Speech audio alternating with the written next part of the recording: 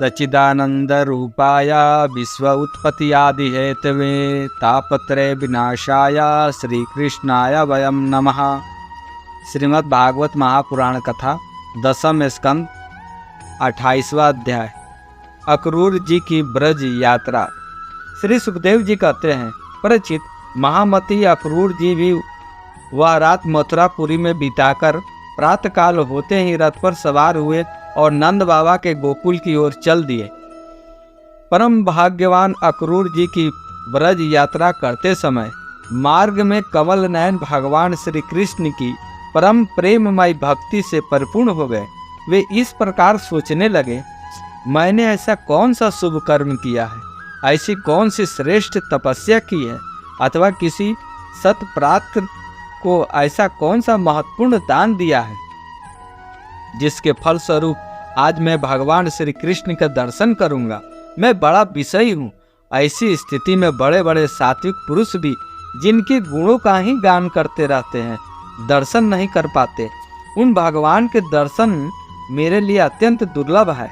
ठीक वैसे ही जैसे शूद्र कुल के बालकों के लिए वेदों का कीर्तन।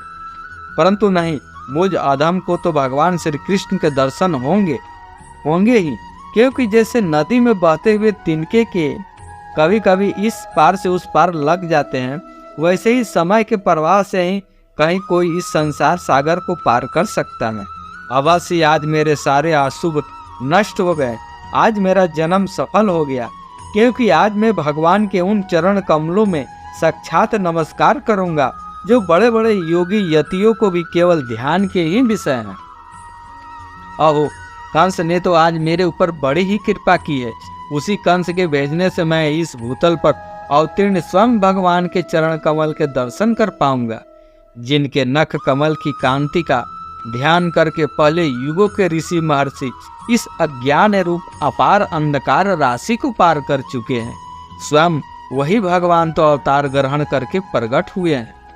ब्रह्मा, शंकर, इंद्र आदि बड़े बड़े देवता जिन चरण कमलों की उपासना करते रहते हैं, स्वयं लक्ष्मी एक क्षण के लिए भी जिनकी सेवा नहीं छोड़ती, प्रेमी भक्तों के साथ बड़े बड़े ज्ञानी भी जिनकी आराधना में संलग्न रहते हैं, भगवान के वे ही चरण कमल गौगों को चराने के लिए ग्वाल बालकों के साथ वन में विचरते हैं। वे ही सुर मुनि वंदित श्री चरण गोपियों के वक्ष स्थल पर लगी हुई केसर के रंग से रंग जाते हैं, चिन्हित हो जाते हैं।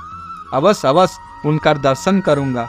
मरकत मणि के समान कांतिमान उनके कोमल कपोल हैं, तोते के ठोर के समान नुकीली नासिका है, होठों पर मंद मंद मुस्कान, प्रेम भरी चितवन, कमल से कोमल रत्नारे लोचन और कपोलों पर घुंघराली हल्की लटक रही है। मैं प्रेम और मुक्ति के परम दानी श्री मुकुंद के उस मुख कमल का आज अवश्य दर्शन करूंगा, क्योंकि हरिण मेरी दाईं ओर से निकल रहे हैं। भगवान विष्णु पृथ्वी का भार उतारने के लिए स्वेच्छा से मनुष्य की सी लीला कर रहे हैं। वे संपूर्ण लावण्य के धाम है, सौंदर्य की मूर्तिमान निधि हैं। आज मुझे उन्हीं का दर्शन होगा, अवश्य होगा। आज मुझे सहज ही आंखों का फल मिल जाएगा। भगवान इस कार्य कारण रूप जगत के दृष्टा मात्र हैं, और ऐसा होने पर भी दृष्टापन का अहंकार उन्हें छू तक नहीं गया। उनकी चिन्मय शक्ति से अज्ञान के कारण होने वाला भेद भ्रम अज्ञान सहित दूर से ही निरस्त रहता है। वे अपनी योग माया से ही अपने आप में बुरविलास प्राण से प्राण, इंद्रिय और बुद्धि आदि के सहित अपने स्वरूप भूत जीवों की रचना कर लेते हैं, और उनके साथ वृंदावन की कुंजों में तथा गोपियों के घर में तरह तरह के लीलाएं करते हुए प्रतीत होते हैं। जब समस्त पापों के नाशक उनके परम मंगलमय गुण क्रम और जन्म की लीला से युक्त होकर वाणी उनका गान करती है, तब उस गान से संसार में जीवन की स्फूर्ति होने लगती है, शोभा का संचार हो जाता है। सारी अपवित्रताएं भूलकर पवित्रता का साम्राज्य छा जाता है। परंतु जिस वाणी ने उनके गुण लीला और जन्म की कथाएं नहीं गाई जाती, वह तो मुर्दों को भी शोभित करने वाले होने पर भी उन नहीं के समान व्यर्थ। जिनके गुणगान का ही ऐसा महात्मा है, वे ही भगवान स्वयं यदुवंश में अवतीर्ण हुए हैं। किस लिए? अपनी ही बनाई मर्यादा का पालन करने वाले श्रेष्ठ देवताओं का कल्याण करने के लिए वे ही परम ऐश्वर्यशाली भगवान आज ब्रज में निवास कर रहे हैं और वहीं से अपने यश का विस्तार कर रहे हैं। उनका यश कितना पवित्र है। अहो, देवता लोग भी उस संपूर्ण मंगलमय यश का गान करते रहते हैं। इसमें संदेह नहीं है कि आज मैं अवश्य उन्हें देखूंगा। वे बड़े बड़े संतों और लोकपालों के भी एकमात्र आश्रय हैं, सबके परम गुरु हैं और उनका रूप सौंदर्य तीनों लोकों के मन को मोह लेने वाला है। जो नेत्र वाले हैं उनके लिए वह आनंद और रस की परम सीमा है। इसी से स्वयं लक्ष्मी जी भी सौंदर्य की अधीश्वरी है, उन्हें पाने के लिए ललकती रहती है। हाँ, तो मैं उन्हें अवश्य देखूंगा, क्योंकि आज मेरा मंगल प्रभात है। आज मुझे प्रातः काल में ही अच्छे अच्छे सुकून दिख रहे हैं। जब मैं उन्हें देखूंगा तब सर्वश्रेष्ठ पुरुष बलराम तथा श्री कृष्ण के चरणों में नमस्कार करने के लिए तुरंत रथ से कूद पड़ूंगा, उनके चरण पकड़ लूंगा। अहो, उनके चरण कितने दुर्लभ है। बड़े बड़े योगी यति आत्म साक्षात्कार के लिए मन ही मन अपने हृदय में उनके चरणों को धारण करते हैं और मैं तो उन्हें प्रत्यक्ष पा जाऊंगा और लौट जाऊंगा उन पर। उन दोनों को साथ या उनके वनवासी सखा एक एक ग्वाले के चरणों को मैं वंदना करूंगा। मेरा अहोभाग्य है, जब मैं उनके चरण कमलों में गिर जाऊंगा तब क्या वे अपना कर कमल मेरे सिर पर रख देंगे? उनके वे कर कमल उन लोगों को सदा के लिए अभयदान दे चुके हैं जो काल रूपी सांप के भय से अत्यंत घबराकर उनकी शरण चाहते हैं और शरण में आ जाते हैं। इंद्र तथा दैत्यराज बलि ने भगवान के उन्हीं कर कमलों की पूजा भेंट समर्पित करके तीनों लोकों का प्रभुत्व इंद्रपद प्राप्त कर लिया। भगवान के उन्हीं कर कमलों ने, जिनमें दिव्य कमल की सी सुगंध आया करती है, अपने स्पर्श से रास लीला के समय ब्रज युवतियों की सारी थकान मिटा दी थी। मैं कंस का दूत हूँ, उसी के भेजने से उनके पास जा रहा हूँ। कहीं वे मुझे अपना शत्रु न समझ बैठेंगे। राम राम, वे ऐसा कदापि नहीं समझ सकते, क्योंकि वे निर्विकार है, सम है, अच्युत हैं, सारे विश्व के साक्षी हैं, सर्वज्ञ हैं और चित्त के बाहर भी हैं और भीतर भी हैं।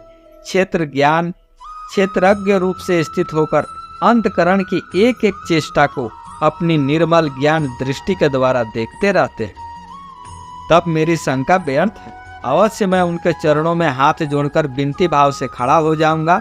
वे मुस्कुराते हुए दया भरी दृष्टि से मेरी ओर देखेंगे। उस समय मेरे जन्म जन्म के समस्त अशुभ संस्कार उसी क्षण नष्ट हो जाएंगे और मैं निशंक होकर सदा के लिए परमानंद में मग्न हो जाऊंगा। मैं उनके कुटुंब का हूँ और उनका अत्यंत हित चाहता हूँ। उनके सिवा और कोई मेरा आराध्य देव नहीं है। ऐसी स्थिति में वे अपनी लंबी लंबी बाहों से पकड़कर मुझे अवश्य अपने हृदय से लगा लेंगे। उस समय मेरी तो देह पवित्र होगी, वह दूसरों को पवित्र करने वाले भी बन जाएगी और उसी समय उनका आलिंगन प्राप्त होते ही मेरे कर्ममय बंधन, जिनके कारण मैं अनादिकाल से भटक रहा हूँ, टूट जाएंगे। जब वे मेरा आलिंगन कर चुकेंगे और मैं हाथ जोड़कर सिर झुकाकर उनके सामने खड़ा हो जाऊंगा, तब वे मुझे चाचा क्रूर ऐसा कहकर संबोधन करेंगे। क्यों ना हो, इसी पवित्र और मधुर यश का विस्तार करने के लिए तो वो लीला कर रहे हैं। तब मेरा जीवन सफल हो जाएगा। न उन्हें कोई प्रिय है और ना तो कोई अप्रिय, न तो उनका कोई आत्मीय सुहृद है और ना कोई शत्रु। उनकी उपेक्षा का पात्र भी कोई नहीं। फिर भी जैसे कल्प वृक्ष अपने निकट आकर याचना करने वालों को उनकी मुँह मांगी वस्तु देता है, वैसे ही भगवान श्री कृष्ण भी उन्हें जिस प्रकार भजता है उसे उसी प्रकार भजते हैं। वे अपने प्रेमी भक्तों से ही पूर्ण प्रेम करते हैं। मैं उनके सामने विनीत भाव से सिर झुकाकर खड़ा हो जाऊंगा और बलराम जी मुस्कुराते हुए मुझे अपने हृदय से लगा लेंगे और फिर मेरे दोनों हाथ पकड़कर मुझे घर के भीतर ले जाएंगे। वहाँ सब प्रकार से मेरा सत्कार करेंगे। इसके बाद मुझसे पूछेंगे कि कंस हमारे घर वालों के साथ कैसा व्यवहार करता है। श्री सुखदेव जी कहते हैं, परीक्षित, अक्रूर मार्ग में इसी चिंता में डूबे डूबे रथ से नंदगांव पहुंच गए और सूर्य अस्ताचल पर चले गए।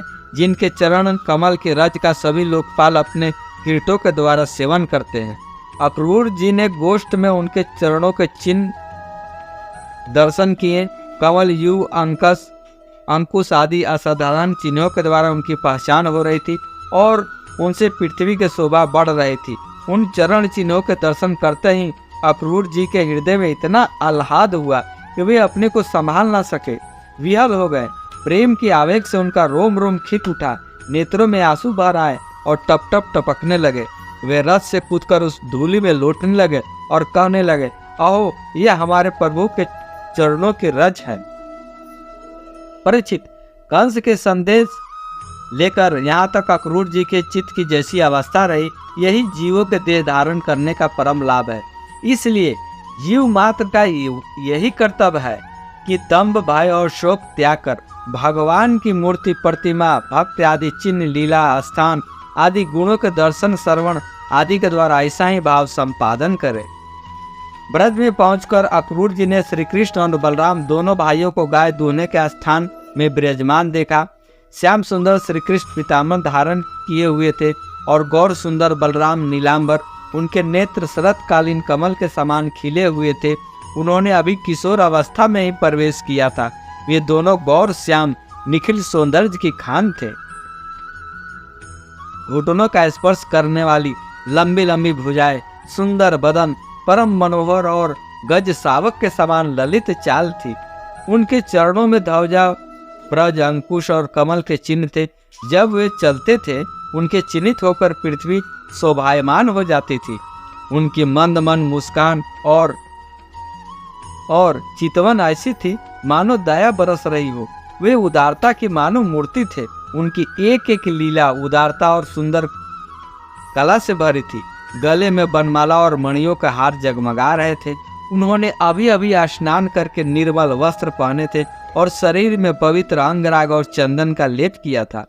परीक्षित, अक्रूर ने देखा कि जगत के आदि कारण, जगत के परम पति पुरुषोत्तम ही संसार की रक्षा के लिए अपने संपूर्ण अंशों से बलराम जी और श्री कृष्ण के रूप में अवतीर्ण होकर अपने अंग कांति से दिशाओं का अंधकार दूर कर रहे। वे ऐसे भले मालूम होते थे जैसे सोने में मढ़े हुए मरकत मणि और चांदी के पर्वत जगमगा रहे। उन्हें देखते ही अक्रूर जी प्रेमावेग से अधीर होकर रथ से कूद पड़े और भगवान श्री कृष्ण तथा बलराम के चरणों के पास साष्टांग लौट गए। परीक्षित, भगवान के दर्शन ने उन्हें इतना आह्लाद हुआ, उनके नेत्र आंसू से सर्वथा भर गए।